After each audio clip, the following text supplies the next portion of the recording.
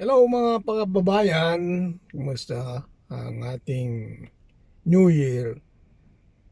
Sana lahat ay okay. Okay, dito tayo ngayon sa isang plaza na naghihintay dahil nagpa-dentist yung asawa ko, dental, at yung si Eliza, yung anak namin.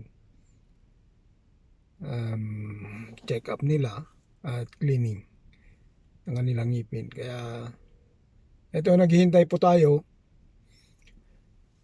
Pero sa labas ay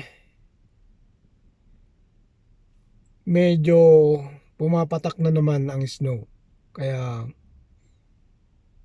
ayan, malamig. Tambak pa rin ang mga yellow ay snow sa labas. Kaya malamig pa rin. So, kumusta ang inyong mga New Year, mga kababayan? Um, Maraming nangyari sa 2025, di ba? So, sana mas magandang mangyari sa ating lahat ngayong 2026. At mas swertein sana tayo sa lahat ng bagay para yung mga plano natin ay mas magawa nating mabuti. So yan po ang wish natin ngayong 2026. Comment nyo lang sa baba ang yung mga wish, yung mga experience in 2026, 2025, sorry, 2025. At kwentuhan tayo sa comment section. At ulit, sa mga magko-comment sa baba ay bubunot po tayo kung sino ang mga mananalo sa mga raffle natin dito sa Paring Jomar. Sana suportahan nyo ito dahil gusto natin mas maraming matulungan at mas maraming masuportahan ito. So wag po kayong magalala, ang inyong Paring Jomar ay nandito lang. Kaya magtulungan po tayo. Pero ito, nalalamig na ako.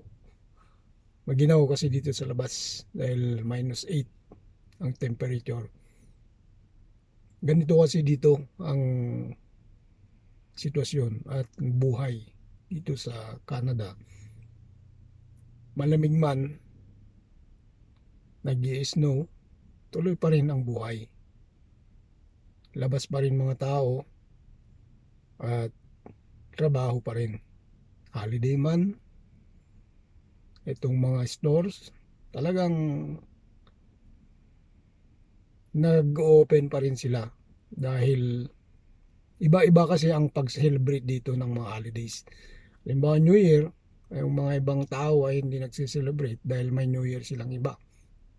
Iba ang date.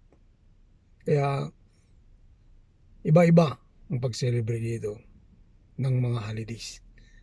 Hindi pare-parehas. Kaya lang itong mga major holidays ng mga Christians ay holiday